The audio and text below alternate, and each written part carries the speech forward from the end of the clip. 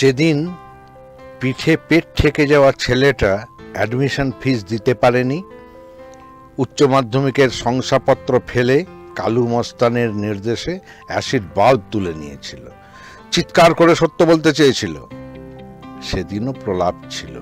আমি সেদিন নিশ্চল ছিলাম, নিজের মানবিকতাকে খুন করেছিলাম। ধর্মাবতার আর কত শুনবেন?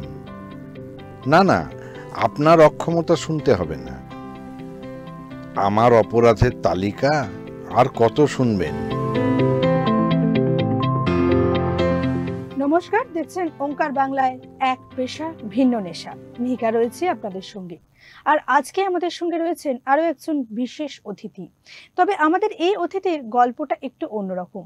পেশায় তিনি এয়ারলাইন্সে কর্মরত হলেও তার নেশা হচ্ছে সাহিত্য, সেটা কবিতা হোক বা প্রবন্ধ।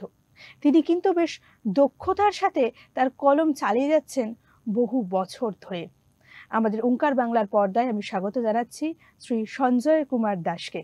নমস্কার সঞ্জয় দা। নমস্কার। ওঙ্কার বাংলার পর্দায় আপনাকে স্বাগত। প্রথম প্রশ্নটা যেটা না করলেই নয়, আপনার একটা কবিতা আমরা শুনলাম, বেশ সামাজিক বিষয়ের এসেন্স প্রচন্ডভাবে আপনার লেখায় দেখতে পাই। তো এই ধরনের চিন্তা ভাবনাটা কবিতায় ফুটিয়ে তোলাটা, এটা কোথা থেকে শুরু হলো? এইটা প্রথম কথা, তো কবিতা যখন লিখতে শুরু করেছি সেটা অন্য, কিন্তু এই ধরনের লেখাটা, প্রশ্নটা হচ্ছে এই ধরনের লেখাটা। এখন ঘটনা হচ্ছে যুগ যুগ ধরে, আজকে আমার কথা বলছি না, আজ থেকে যদি আমি 300, 500, 1000 বছরও পেরিয়ে যাই, এবং শুধু তাই নয়, আমি এইটুকু মনে করি আজ থেকে ভবিষ্যতেও যদি 100 বছর 200 বছর পেরিয়ে এগিয়ে যাই আর কি, তখনও কবিরা বা লেখকরা বা সাহিত্যিকরা, তাদের কলম কিন্তু কথা বলে বর্তমান সমাজকে নিয়েই। সেটাই এক অংশে আমরা ইতিহাস বলি, তাই না? এখন বাবরের সময়কার যে সমস্ত লোকজন ছিল, সে বাবরের সময় বা আকবরের সময় বা শশাঙ্ক বা সিরাজদৌল্লা, যাই বলি না কেন, তখনকার দিনে যে সমস্ত ছবিগুলো উঠে এসছে, কবিতা বা সাহিত্য যেখান থেকেই হোক, তো সেখান থেকে আমরা ইতিহাসের গন্ধ পাই নাকি? তার মানে সেই সময়কার লোকেরা ভবিষ্যৎ ভাবেনি। তখনকার যে রাইটার, সে কবি হোক, গায়ক হোক, যাই হোক, তখনকার ইতিহাসটাই প্রতিফলিত হয়েছে। আজকেও তাই হচ্ছে, ভবিষ্যতেও তাই হবে। ফলে এই যে প্রশ্নটা, যে এই সমাজ সম্পর্কে লেখাটা কোথা থেকে এলো, কোথা থেকে এলো না, এটা আমি এখন থেকে তুলে আনা, এটা শুধু আমি নয়, প্রত্যেক কবি লেখকই তাই করে, বর্তমান ছবিটাকে তুলে ধরে। তবে হ্যাঁ, রূপকের মাধ্যমে তুলে ধরে, তখন সেটা সাহিত্য হয়। আর যারা নিউজ রিডার বা চ্যানেল যারা চালায়, তারা কি করে, সরাসরিটা তুলে ধরে, তো তখন সেটা খবর হয়ে যায়। আসলে খবর আর সাহিত্যের মধ্যে খুব তফাৎ আমি খুঁজে পাই না। একটা রূপক, একটা সাজানো, আমি যেটা বলি মুখে কাজল চোখে লিপস্টিক, এসব দিয়ে টিয়ে দিলে পরে তখন সেটা সাহিত্য হয়ে যায়। আদারওয়াইজ সরাসরি একদম মুক্ত খবর আর কি। যাই হোক, এইটাই হচ্ছে উৎস। লেখালেখির শুরুটা কোথা থেকে? লেখালেখির শুরুটা এই একটা মজাদার ঘটনা। আমি ক অক্ষর গ মানুষ লেখালেখি, মানে সেই অর্থে আজকে বলছি না, যখন শুরু করেছিলাম, অ্যাকচুয়ালি না ছোটবেলায়, না বাড়িতে আমার কোনো কি বলে অনুপ্রেরণার মতন লোক ছিল যেখান থেকে আমি অনুপ্রাণিত হয়েছি, না আমার ইচ্ছেটাও ছিল, কিছুই ছিল না। 1965 থেকে শুরু করে, যদিও তখন বিছানায় চিত হয়ে শুয়ে থাকতাম, তো যখন বোধ হয়েছে, সেটা 1971-72, সেইখান থেকে শুরু করে কিন্তু 2012 পর্যন্ত এই সাইডটা পুরো ডার্ক, মানে আমার পেছনে যে স্ক্রিনটা আছে এর থেকেও ডার্ক, কিচ্ছুই ছিল না। হঠাৎ আমি তখন কাঠমান্ডুতে পোস্টিং, 4 বছরের পোস্টিং, 2012 থেকে 16। তখন কিছুতে সময় কাটে না, অফিস তো 8 ঘন্টা, কখনো 8টা 10ও হয়ে যায়, কেন ফ্লাইট লেট ফেট হয়ে যায়, যদি তখন হয়ে যায়। এনিওয়ে, তো তখন কিছুতেই সময় কাটে না। তো তখন বসে বসে আমার ফেসবুকে আসা আমার এক কলিগ বলেছিল আমাকে, দাদাই বলে, যদিও কলিগ, তোমার সময় কাটছে না, তুমি ফেসবুক করো। সেটা আবার কি খায় না মাথায় দেয়, মানেই বুঝি না। 2012 সালের কথা বলছি, হাসবি না। আচ্ছা, তো আমাকে একটা ফেসবুক অ্যাকাউন্ট খুলে দিল। খুলতে খুলতে খুলতে খুলতে এই কি মাথা মুন্ডু, তখন কিছুই বুঝি না, কোনো একটা লেখা দেখলাম, তাতে মনে হলো যে একটা কমেন্ট কিছু করি। তো ওই হচ্ছে লেখার শুরুয়াত যদি বলিস ওইটা। এইবারে ওইখানকার সেইটার নাম আমি আজকে কৃতজ্ঞ চিত্তে স্মরণ করতে চাই, TFPG, teacher, the friend, philosopher and guide, এই নামের গ্রুপটায় আমি প্রথম ঢুকেছিলাম। কি করে ঢুকেছিলাম বলতে পারবো না আমি। তো সেখানের যে অ্যাডমিন ছিলেন শিল্পী, তো সে আমাকে বলল, দাদা তুমি এত সুন্দর সুন্দর কমেন্ট করো, তুমি লেখো না, তুমি লেখো না, দিস ওয়াজ দ্য কোটেশন। এইটা কোটেশনটাকে আমাকে ঘাবড়ে দিল যে আমি লেখো না, কাকে কি বলছিস তুই?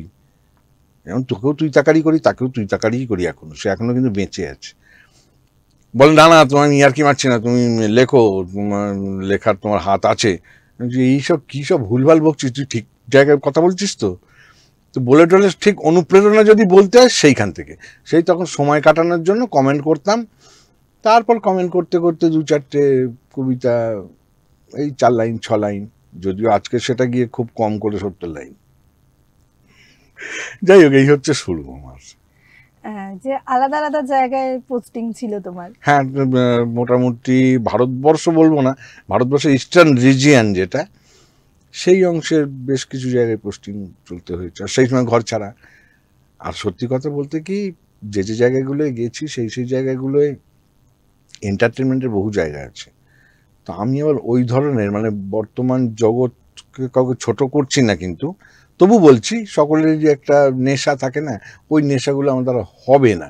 তো বাড়িতে বসে বসে রান্না কাহা তো করবো রে বাবা, সেই জন্যই নেশা হিসাবে সেটা চলে এসছে। হ্যাঁ, লেখালেখিটাকে বেঁচে, একদম তাই। আচ্ছা, এই আলাদা আলাদা জায়গায় থাকা অনেক রকম, আর ভারতের মতো একটা বৈচিত্র্যপূর্ণ দেশ, ভারতকে ধরতে পারবো না, যাই হোক হলো, হ্যাঁ বৈচিত্র্যপূর্ণ, অবশ্যই আলাদা আলাদা অবশ্যই অবশ্যই জায়গা, আলাদা আলাদা সোসাইটি দেখা, এটার কি লেখার উপর একটা অন্যরকম ইম্প্যাক্ট ছিল? লেখার উপরে ইম্প্যাক্ট, হ্যাঁ, কিছু কিছু কবিতা লেখা বেরিয়েছে সেই সেই অঞ্চলের সামাজিকতাকে কেন্দ্র করে। আচ্ছা, এরকম আছে।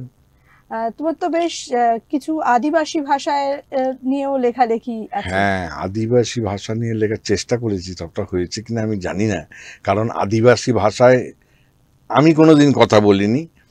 এমন কোনো লোককে পাইনি যে আদিবাসী ভাষার লোকের ভাষাভাষী আমার সাথে খুব ইন্টিমেট, তেমন পাইনি। তাদের যে ঘন্টার পর ঘন্টা বসে আছে কথা বলেছি তা নয়।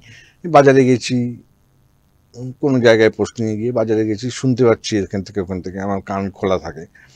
তো সেইখান থেকে কিছুটা আঁচ করে কিছু চেষ্টা করেছি, এবং সাধারণ 2-4 জন মানুষের কাছে প্রশংসাও পেয়েছে।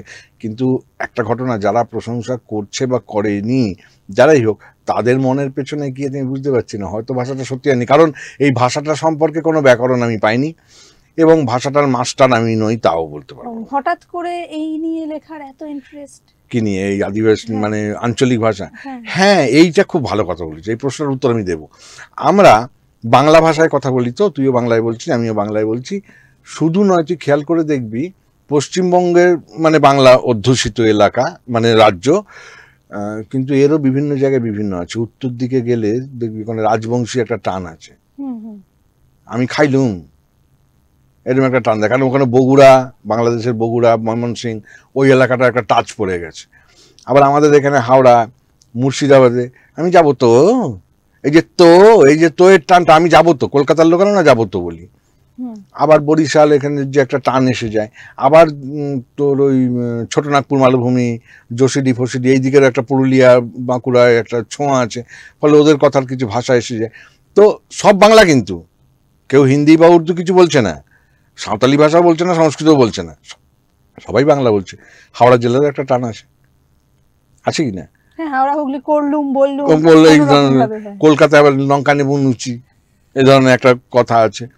তো প্রত্যেক বাংলারই একটা টান আছে। তো আমি ভাবলাম আমি কলকাতার বাসিন্দা, ঠিক আছে, আমি জন্ম কলকাতা এবং এই আজ পর্যন্ত কলকাতারই বাসিন্দা, কলকাতা কেন্দ্রিক, কলকাতার বাসিন্দা না হলে কলকাতা কেন্দ্রিক। কিন্তু সব ভাষাগুলোতে দেখি না লেখে, আরে ভুল হবে, আমার সৃষ্টি তো, আমার কাছে আমি ভালো। হ্যাঁ, এই জিনিসটা আমি আমাকে খুশি করতে পারলে আমি খুব খুশি, আর কে খুশি হলো না হলো, আমি আজকে শরীর কথা, এই যে জামার রঙটা পরে এসেছি, তোর হয়তো পছন্দ না, তাতে আমার কাজ করা, আমি তো কিনেছি, আমি পরে খুশি, আমি খুশি, ব্যাস, এটাই ঠিক কথা। আমার মাথায় টাক, আমি খুশি। আমি আমাকে খুশি যদি রাখতে পারি, তাহলে আমি মনে হয় আমার জীবনটাকে চলে যেতে পারবো। 5 জনকে খুশি করা কোনোদিন সম্ভব না। একটা গল্প মনে আছে তো, ছোটবেলায় পড়েছিলাম, সেই গাধা কিনে নিয়ে যাচ্ছিল বাপ ছেলে পিঠে চলে যাচ্ছে তাতেও লোকে বলছে, হেঁটে যাচ্ছে তাতেও লোকে বলছে, একজন চলছে তাতেও লোকে বলছে। তো নান ক্যান প্লিজ এভরিবডি। এই বিষয়টা কিন্তু আমাদের সবারই মাথায় রাখা দরকার, হ্যাঁ, এটা সবার আগে সবাই- নিজেকে খুশি রাখতে হবে। হ্যাঁ, নিজেকে আমি খুশি থাকলে আমার যেটুকু জীবন চলছে, আমার ছোট জীবন হোক বড় জীবন হোক, নিশ্চিন্তে কেটে যাবে। আর আমি যদি অন্যের কথা ভাবতে শুরু করি না, মানে বিশেষ করে পছন্দ, ও কি ভাববে, ওর কি পছন্দ হবে, তাহলে আমার এই প্রতিটা মুহূর্ত বিগড়ে যাবে। আচ্ছা, এই এতখানি যে আলোচনাটা হলো, বা মানে ভাষা তত্ত্ব নিয়েও কিন্তু অনেকখানি আলোচনা হলো, জানি না ভুল না ঠিক বলছি আমি শব্দটা, কিন্তু ভাষা তো অনেক বড়, যাই হোক, ঠিক আছে, আচ্ছা। তো ভাষার বেশ কিছু বিষয় নিয়ে, উপভাষা নিয়ে অনেকখানি আলোচনা হলো। তো এখান থেকে আমার মনে একটা কৌতূহল জাগছে, বলে ভালো। পড়াশোনাটা কি নিয়েছিল তোমার? ওরে বাবারে, একদম প্রশান্ত মহাসাগরের এপার আর ওপার। হ্যাঁ, পড়াশোনাটা আমার যেটা ছিল একদম কোনো স্পেশালিস্ট কিছু না, নর্মাল লাইফে বঙ্গবাসী ইভিনিং কলেজ, সেখান থেকে বিএসসি পাস। তো সায়েন্স নিয়ে পড়তে পড়তে এবং সায়েন্স নিয়ে আমার এইচএসও সায়েন্স ছিল, এবং আমার ক্লাস 1-2 না 5-6-7 যখন হচ্ছি, তখন এই মানসিকতাটা ছিল বিজ্ঞান কেন্দ্রিক। কেন বলছি, আমি ক্লাস 5-6 থেকেই লোকাল একটা, মানে আমাদের যেখানে বাড়ি ছিল সেইখানে বিজ্ঞান সংসদ নামে একটা সংগঠন ছিল, তারা মডেল বানাতো বিভিন্ন সূত্র, নিউটনের, গ্যালিলিও, হ্যানোতানের সূত্র বা লাইট চ্যাপ্টারের, এইগুলো নিয়ে করছে। এবং শুধু তাই নয়, আমি যখন ক্লাস 8-9-এ পড়ি তখন আমি কিন্তু লিড করছি নিচের একসাথে লোকগুলোকে, মানে যারা আমাকে তুলে এনেছিল তারা আমাকে লিডারশিপ দিয়ে দিয়েছিল যে তুই চালা। তার মানে মানসিকতাটা কিন্তু সেই দিক থেকে তৈরি হয়ে আছে, বিজ্ঞান মানসিকতা। এইচএস বিজ্ঞান নিয়ে করেছি, গ্র্যাজুয়েশন বিজ্ঞান নিয়ে করেছি, আজও সবের পেছনে বিজ্ঞান খুঁজে বেড়াই। তো এটা হচ্ছে পড়াশোনার লাইন। চাকরির লাইন তো এয়ারলাইন্স, যেখানে প্যাসেঞ্জার আছে, গালাগাল তো প্রচণ্ড খেতে হয়েছে, কিছু কিছু প্যাসেঞ্জার যে ভালো বলেনি তাও না। অফিসের সাথে, সব অফিসের মতো এয়ারলাইন্স অফিসে তাই ছিল, মানে কোন্দল আর কি, ভেতরের কোন্দল, যেটা আমার তো মনে হয়, আমার অভিজ্ঞতা দিয়ে বলবো, এমন কোনো অফিস নেই যার ভেতরে খেয়ে নেই। এই জন্য একটা কথা আছে, colleague must not be a friend. এটা খুব জীবনের, আমার কথা নয়, কোনো কারোর কোটেশন, আমি মনে করতে পারছি না কার quotation. Colleague may not be a friend. সহকর্মী বা কলিগ কখনো বন্ধু হতে পারে না, কারণ এদের মধ্যে খাওয়া খাই থাকবে। ওকে টেনে ধরে আমি ওপরে উঠে যাবো, ওকে টেনে ধরে আমি ওপরে উঠে যাবো, এইরকম একটা থাকবে। একে দোষারোপ করা, ওর পেছনে কাঠি দেয়া, যেটাকে বলে আমি যে সবাই সবার পেছনে সবার হাতেই কাঠি, যে কথাটা আছে। তো ওটা ছিল ওই। আর তুই যেটা নিয়ে আসর বসেছিস সেটা হচ্ছে আমার সাহিত্য বা লেখালেখির যোগ, মানে তিনটে তিন মাথা, ত্রিকোণ প্রেম নয় তাই বলে। না, লেখালেখি বুঝলাম, কিন্তু আমরা যেটা দেখেছি তোমার স্পেশালিটি, যে ভাষা সম্পর্কে একটা বিশাল জ্ঞান রয়েছে, এবং ব্যাকরণ সংক্রান্ত খুব খুঁটিনাটি একেবারে তুমি ধরিয়ে দিতে পারো, যারা আমাদের মতো নতুন লিখছে তাদেরকেও শুধরে দিয়েছো প্রচন্ড ভাবে।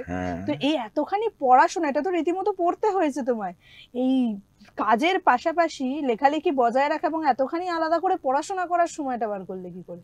না, এইটা পড়াশোনার সময় বের করলাম কি করে, এটা আমি শুধু নয়, আমি লোককে শেখাচ্ছি, এটাও কথাটা ভুল, মানে ভুল এই সেন্সে মনে করি, বোঝার চেষ্টা কর। এখানে বলতে গেলে 1979-এর একটা কোটেশন আমার মাস্টার মশাই খুব মনে পড়ছে। তিনি ছিলেন কাব্যতীর্থ, তাকে সবাই যেন পণ্ডিত মশাই, তার নাম ছিল প্রমোদ কুমার চক্রবর্তী, কাব্যতীর্থ তার উপাধি, বাট পাবলিকের কাছে, সাধারণ জনের কাছে তিনি পণ্ডিত মশাই নামে খ্যাত। আমি তার সৌভাগ্যক্রমে তার ছাত্র ছিলাম। তেনার 75 বছর বয়সে আমি ক্লাস 9-এর ছাত্র। মানে বেত ছাড়া, আর হচ্ছে বেতের লেন্থ জানিস, তুই কল্পনা করতে পারবি? 6.5 ফুট, না না দেখার কথা, কল্পনা করতে পারবি, 6.5 ফুট বেত। সেই 6.5 ফুট বেত নিয়ে উনি বসতেন, পেঁদাতে না, প্রচুর মারও খেয়েছি, যাই হোক সেটা পরের কথা। উনি বলতেন, শিখলাম কখন, ঠেকলাম যখন। এটা আমি কোথাও আর কোটেশন হিসেবে পাই না, আমার কাছেই এটা কোটেশন। খুব দামি কথা বলেছিলেন, এবং আজ পর্যন্ত এটা মনে করি, শিখলাম কখন, ঠেকলাম যখন। তার মানে যতক্ষণ না তুই ঠেকবি তুই কিচ্ছু শিখতে পারবি না, যতই তোর ডিগ্রি নিস, 90% স্টার মার্ক পাবি, ডক্টরেট পাবি, পিএইচডি করবি, সব করবি, শেখা হবে না। স্বাক্ষর হবে কিন্তু শিক্ষিত হবে না। সাক্ষরতা হচ্ছে লিটারেসি, শিক্ষিত হচ্ছে এডুকেটেড। তো এটা হবে না, যেটা আমি তখন বুঝিনি এটা এখন বুঝি। ফলে আমার এই যে জিনিসগুলো বলছি, আমি যখন ঠেকেছি তখন সেটা শিখেছি, এবং সেটা আজ থেকে বছর 5 আগে, তার আগে নয়। কিন্তু অত তুইও কিন্তু এটা ঠেকলে শিখতে পারিস। কিন্তু তুই বা যারা আমার জুনিয়র বা আমাকে যারা ভালোবাসে বা সম্মান করে, দাদা এটা কি হবে, আমি বলে দিলাম, সে কিন্তু আর খুঁজলো না। মানে আমি অ্যাকচুয়ালি তাকে শেষ করে ফেলছি, কারণ তার খোঁজার চেষ্টাটাকে মেরে ফেলছি। সেই ইচ্ছা করলে খুঁজতে পারতো, আমি যেভাবে খুঁজেছি। আমার কিন্তু এই বানান সংক্রান্ত পড়াশোনা বিচার করতে হয়। যখন আটকেছি একটু স্টাডি করে নিয়েছি, আবার যখন আটকেছি আরেকটা নিয়ে স্টাডি করে নিয়েছি। তো স্টাডি করে করে করে করে গ্যাদার করেছি। এবার তুই যখন আমি জানতে চাইছি দাদা এই বানানটা কি হবে, আমি চট করে বলে দিলাম, তুই খুঁজলি না, তুই মনে করলি একদম রেডিমেড জিনিস তো পেয়ে যাচ্ছি, আর খোঁজার দরকার কি। খুঁজলে তুইও পারিস, তত আমি শেখাচ্ছি কথাটা সেই অর্থে ঠিক মানতে পারলাম না। সবাই পারে না, বানানের বিষয়ে কিন্তু সঞ্জয় দা অলমোস্ট গুগল বাংলা বানানের বিষয়ে। আচ্ছা, এই যে সায়েন্স প্রজেক্টের একটা লিডারশিপের ব্যাপার ছিল, তারপরে তোমার আরেকটা লিডারশিপ আমরা দেখেছি, সেটা হচ্ছে বেশ কিছু ম্যাগাজিনে এবং সংকলনে। তো এই ম্যাগাজিন এবং সংকলন নিয়ে আমার নেক্সট প্রশ্নটা, সেটা হচ্ছে যে একজন নতুন লেখককে তৈরি হতে লিটল ম্যাগাজিন হোক বা যৌথ সংকলন হোক, সেগুলোর ভূমিকা কতটা? লিটল ম্যাগাজিন যে জায়গাটা আছে বা সংকলন যে জায়গাটা আছে, এইটা আমি বলবো যে কোনো সাহিত্যিকের, ভাবী সাহিত্যিকের এটা আঁতুর ঘর। কারণ একজন বড় সাহিত্যিক হতে গেলে কি হতে হবে, তাকে লোকে যখন চিনবে তবেই না সে বড় সাহিত্যিক, তাই না? লোকে যখন তাকে জয় জয়কার করবে, জনপ্রিয়তা দেবে, তবে সে বড় সাহিত্যিক হবে। কিন্তু তার আগের সিঁড়িগুলো হচ্ছে এই সংকলন এবং লিটল ম্যাগাজিন। কারণ এরা করে কি, তাদেরকে হাতে ধরে শেখায় এই জায়গাটা বোধহয় এরকম করলে ভালো হতো। যেমন একটা কবিতা আছে, কারণ অন্তমিল গেছে আর তারপর এটা দিচ্ছে আছে। তুমি গ্যাচের সঙ্গে আছে না করে গ্যাচের সঙ্গে যদি পেয়েছে করি, কারণ দুটোই একার আছে, গ্যাছেরও একার ছেয়েরও একার, পেয়েছে করলে দুটোই একার আসছে, ওখানে আছে করেছে, লাস্টেরটা মিলিয়েছে, কিন্তু লাস্টের আগের সিলেবলটা নিলে ভালো হয়। এই যে মূলটা তাকে শেখানো হলো, এটা কিন্তু ওই বড় সাহিত্যিকদের কেউ শেখাতে যাবে না, কারণ সেখানে কথা বলতেই ভয় পাবে। অমুক লোকটাকে বলবো তিনি এত বড় সাহিত্যিক, সত্যি কথা অত বড় সাহিত্যিক, কিন্তু তাদের মধ্যে অনেক ভুল থাকে। কিন্তু তারা যেখান থেকে উঠে আসছে, তারা কিন্তু নিচের লেভেল থেকে। যেমন আমি একটা কথা বলি, কোনো অফিসের কথাই বলি, আমিও অফিসে ছিলাম, সেখানে দেখেছি আমার একজন ক্যাপ্টেন ছিলেন, কমান্ডার, এবং সে রুট কমান্ডার। তো সে কিন্তু উঠে এসেছিল একদম 4th ক্লাস স্টাফে জয়েন করেছিল। তো তার জনপ্রিয়তা কিন্তু আর কোনো কমান্ডার বা ক্যাপ্টেন পায়নি, কারণ সে প্রত্যেকটা স্টেপ জানছে যে এখানে কি করতে হয়, এখানে কি করতে হয়, কি না করতে হয়, কোনটা দোষ, কোনটা ভুল, কোনটা ইচ্ছা করে করা যায় না, কোনটা ইচ্ছাকৃতভাবে করেছে, এই সব স্টেপগুলো তার জানা। আর যে সরাসরি MBA পাস করেছে, মাথার উপর ম্যানেজারের বসে পড়লো, সে কিন্তু নিচের স্টেপগুলো জানেই না। কিছুতেই সে কন্ট্রোল করতে পারবে না, হি কান্ট লিড দ্য জুনিয়র্স। তো এই জায়গাটায় বলি, এই লিটল ম্যাগাজিন অথবা সংকলনের যে কথাগুলো বললি, এগুলো ছোটদেরকে তুলে আনে, যারা একদম কোনোদিন তার লেখা প্রকাশই হয়নি, ছাপা অক্ষরে সে ছাপার অক্ষরটাই দেখেনি তার নিজের নামে, তো তাদেরকে উৎসাহ দেয় এইগুলো। এবার সে লিখতে লিখতে লিখতে অভ্যস্ত হয়ে গেল, 100টার মধ্যে একটা গিয়ে বড় সাহিত্যিক ও বড় কবি হতেই পারে ভবিষ্যতে। এবং আমি আশা করি যে আজকের যারা ছোট লেখক, তারা একদিন গিয়ে বড় সাহিত্যিক বা কবি হবেই হবে। আচ্ছা, এই ম্যাগাজিন বা সংকলনের পরিচালনা করতে গিয়ে, সম্পাদনা করতে গিয়ে কোথাও গিয়ে কি মনে হয়েছে যে সেখানে গিয়ে যেন একদম ইয়ং জেনারেশনের উৎসাহে একটু ভাঁটা পড়ে গেছে? না, উৎসাহে ভাঁটা পড়েনি, এইটা ভুল কথা। যারা বলে আমি ভুল কথা, আমার মনে হচ্ছে উৎসাহে ভাঁটা পড়েনি, তারা বিভ্রান্ত, তারা গাইডলাইন ঠিক পাচ্ছে না। কারণ এখানে একটা কথা আমাকে বলি, কিছুটা বলতেই হয়। রিসেন্ট মানে আমি মাস 6-এর বলছি, তার বেশি না। রিসেন্ট মানে 5 বছর নয়, মাস 6 কি 1 বছর ধরতে পারিস। একটা ট্রেন্ড হয়েছে, আমি লেখা দেব আবার পয়সাও দেবো। মানে ম্যাগাজিন ছাপাচ্ছে হয়তো, সংকলন, নিজের বই ছাপানো তো অনেক পয়সার ব্যাপার, বাদ দাও, ওটা ছেড়ে দিলাম। পয়সাও দেবো। আবার উল্টে কিছু লোক বলে আমার লেখার জন্য আমাকে পয়সা দেবে। আমি একটা খুঁজে পাই যে এই দাবিটা করছে, তুমি লেখা দেবে আবার পয়সাও দেবে না, ঠিক মাইন্ড ইট। এইখানে যারা লেখক তারা কিন্তু এই প্রথম উঠতি লেখক এই লেভেলটা নিয়েই। আমি এখানে বলছি না যে প্রথিতযশা যে সমস্ত রাইটার আছে তারাই, তাদেরকে এই দলের থেকে বাদ তারা। আমি এই যে তুই বললি না ইয়ং জেনারেশন, মানে যে প্রথম হয়তো লিখছে কি এখনো লেখেনি বা আদৌ লিখতে পারছে কিনা কিন্তু আশাটা আছে, তো তাদের মুখেও এই ঘটনাগুলো শুনতে পাওয়া যাচ্ছে, দেখতে পাওয়া যাচ্ছে। তুই হয়তো দেখে থাকবি, আরো যারা দর্শকরাও হয়তো দেখে থাকবেন। খুব ভালো কথা। তাহলে যে লোকটা সম্পাদনা করছে সেও তো বলতে পারে কথা, আমি তো 5 জন ক্ষেত্রে সম্পাদনা করছি। অথবা যে লোকটা প্রিন্ট করছে সে কি বিনা পয়সায় করে দেবে? সে তো বিজনেস করতে নেমেছে। সম্পাদক নয় বিজনেস করতে নামেনি। লেখক বলছে আমাকেও পয়সা দিতে হবে। ফার্স্ট কথা তুমি ভাবো, তুমি যে পয়সার দাবিটা করছো তোমার লেখার স্ট্যান্ডার্ডটা কি? বহু লোক জানে না। আমি 4টে লাইন লিখলাম, হয়তো ভুল হলো, প্রথম লিখছি অমুক কবিতা সংকলনে অথবা ম্যাগাজিনে, যদি জায়গা পাই আমি খুব খুশি, ঠিক আছে, তো সেই ম্যাগাজিনটা ছাপা হবে কি করে? আমি এই প্রশ্নটা শুধু আজকের এই ওঙ্কারের ক্যামেরার সামনে বলছি তা নয়, এটা ব্যক্তিগতভাবে ফোন করেছি, বিভিন্ন গ্রুপে প্রশ্ন করেছি, উত্তরে কিন্তু সকলেই বলেছে না লেখকদের পয়সা পাওয়া উচিত, সৌজন্য কপি পাওয়া উচিত, এগুলো সব বলে গেছে। বাট কেউ আমি একটা জোর গলায় বলছি, কেউ, নট এ সিঙ্গেল ম্যান, আজ বোধহয় আমি 50-60 জনকে প্রশ্ন করেছি, তারা কেউ উত্তর দেয়নি যে সম্পাদক এই খরচাটা তুলবে কোত্থেকে। একটা বই ম্যাগাজিন ছাপাতে গেলে যে পয়সা সে 10 টাকা লাগুক, 10 টাকা তো হয় না, অ্যামাউন্ট আমি বলছি না, যে টাকাই লাগুক সেই টাকাটা সম্পাদক কোত্থেকে দেবে? আর সম্পাদকের নিজের লেবার, তার সেও তো দাবি করতে পারে আমি কি পেলাম, তা সেও তো দাবি করতে পারে। প্রকাশনাগুলো তো বিজনেস করতেই নেমেছে, একদম হেডিং দিয়েই বলেছে আমি বিজনেস করতে নেমেছি, সম্পাদক তা নয়। তো সম্পাদক যখন একটা পত্রিকা বের করছে সে খরচাটা কোত্থেকে দেবে? লেখক তো সৌজন্য কপি চাইছে, বা উল্টে আবার কোনো কোনো সময় লেখার দামও চাইছে, কি বলে রয়্যালটি। আমি আজ পর্যন্ত চাইনি। আচ্ছা বেশ, সম্পাদনা এবং প্রকাশনার যখন কথা উঠলো তখন এই প্রশ্নটা না করে পারছি না। বর্তমানে কলকাতায় প্রকাশকের সংখ্যা প্রচুর, প্রকাশনার সংখ্যা প্রচুর, ছোট ছোট ছোট ছোট প্রকাশনা, তো সেগুলো নিয়ে কিন্তু একটা বড় সংখ্যক রাইটার্স এবং তারা একদম উঠতি লেখক, তাদের বিভিন্ন রকম অভিযোগ শোনা যাচ্ছে। এই বিষয়ে আপনার এক্সপিরিয়েন্সটা কিরকম? এই যে তার একটু অংশ বলে দিলাম, অভিযোগ বলতে এইটাই অভিযোগ যে আমি লেখা দেবো, আমি সৌজন্য সংখ্যা পাবো না কেন। মজার কথা একটা বলে রাখি, পাবলিকেশনের ক্ষেত্রে বলছি, যে বিশেষ করে একক বই যখন করছে, হ্যাঁ, সেই না আমি পাবলিশার নই, আমি পাবলিকেশনের কথা বলতে পারবো না, আমি সম্পাদনার অংশটা বলতে পারি। আচ্ছা আচ্ছা বেশ।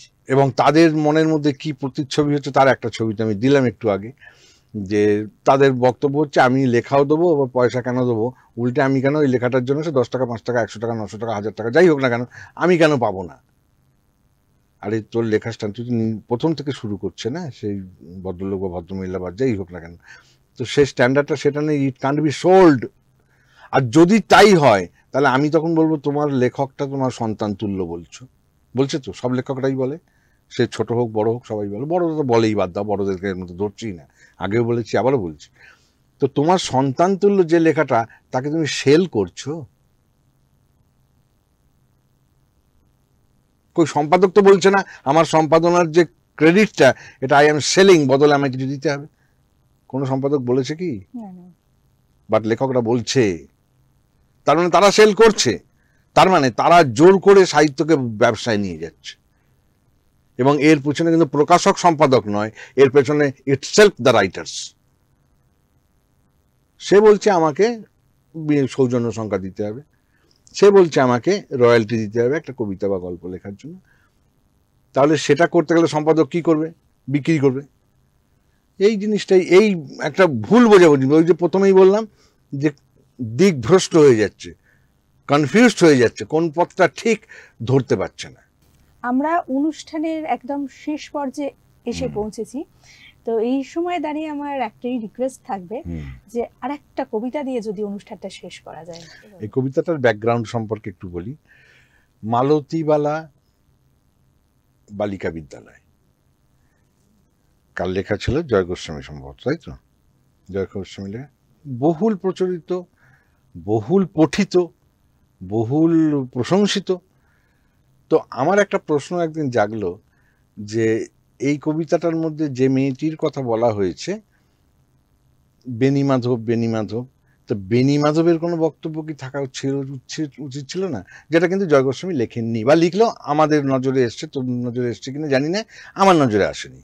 তো সেই রকম আমি ওই কবিতাটাকে বেশ করে মানে অনুপ্রাণিত হয়ে বলা যায় যে ওখানে মালতীবালা হাই স্কুলের যে মেয়েটির কথা ক্লাস 9-এর বলা হয়েছে, তার বক্তব্য ওখানে আছে এবং অবশ্যই টাচি, খুব হৃদয়গ্রাহী।